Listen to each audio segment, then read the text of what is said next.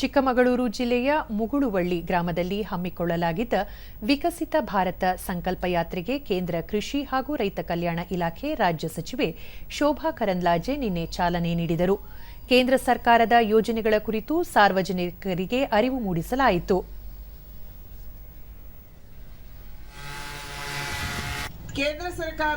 ಬಳಿಕ ಶೋಭಾ ಕರಂದ್ಲಾಜೆ ಕೇಂದ್ರದ ಹಲವು ಜನಪರ ಯೋಜನೆಗಳು ಸುಲಭವಾಗಿ ಸಮಾಜದ ಅಂಚಿನಲ್ಲಿರುವ ಪ್ರತಿಯೊಬ್ಬ ಬಡವರ ಮನೆಯ ಬಾಗಿಲಿಗೆ ತಲುಪಿಸಬೇಕು ಎಂಬ ಉದ್ದೇಶದಿಂದ ಕೇಂದ್ರ ಸರ್ಕಾರ ವಿಕಸಿತ ಭಾರತ ಸಂಕಲ್ಪ ಯಾತ್ರೆ ಮೂಲಕ ಜಾಗೃತಿ ಅಭಿಯಾನ ಹಮ್ಮಿಕೊಂಡಿದೆ.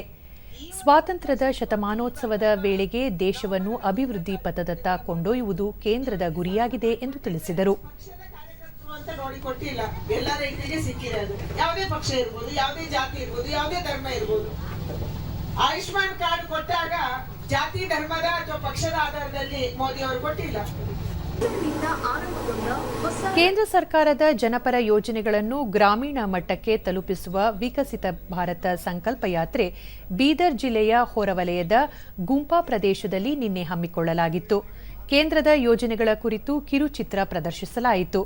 ಇದೇ ಸಂದರ್ಭದಲ್ಲಿ ವಿವಿಧ ಯೋಜನೆಗಳಲ್ಲಿ ಆಯ್ಕೆಯಾದ ಫಲಾನುಭವಿಗಳಿಗೆ ಪ್ರಮಾಣ ಪತ್ರ ನೀಡಲಾಯಿತು.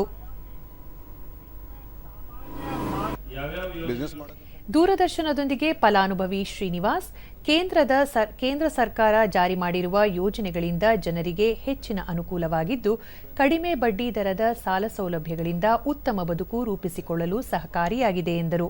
ಪ್ರಧಾನಮಂತ್ರಿ ಇದರಲ್ಲಿ ಸ್ಟಾರ್ಟ್ಅಪ್ ಬಿಸ್ನೆಸ್ ಅಂತ ಲೋನ್ ಮಾಡಿಕೊಟ್ರಂಗೆ ಅವರೊಂದು 11 ಲಕ್ಷ ರೂಪಾಯಿ ಲೋನ್ ಮಾಡಿದ್ರು. ನನಗೆ 11 ಲಕ್ಷ ಲೋನ್ ಮಾಡಿದ್ಮೇಲೆ ನಂದು ಇವಾಗ ನನ್ನ ಬಿಸ್ನೆಸ್ಸು ಇಂಪ್ರೂವ್ನೂ ಆಗಿದೆ. ಪ್ಲಸ್ ನಾನು ಒಂದು 3 ಕಂಪ್ನಿ ಡಿಸ್ಟ್ರಿಬ್ಯೂಟರ್ ಇದ್ದೀನಿ. ಇವಾಗ 100% ಸಕ್ಸಸ್ಫುಲ್ ಆಗಿ ನಡೀತೆ ನಮ್ಮ ಬಿಸ್ನೆಸ್ ಇವಾಗ.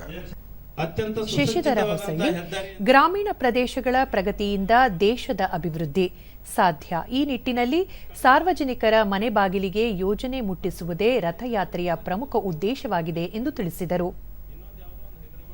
1-2-3 ಟ್ರೈನ್ ಹೋಗ್ತಾ ಇತ್ತು, ಜಾಸ್ತಿ ಮಾಲ್ಗಾಡಿ ಬರ್ತಿದ್ವು.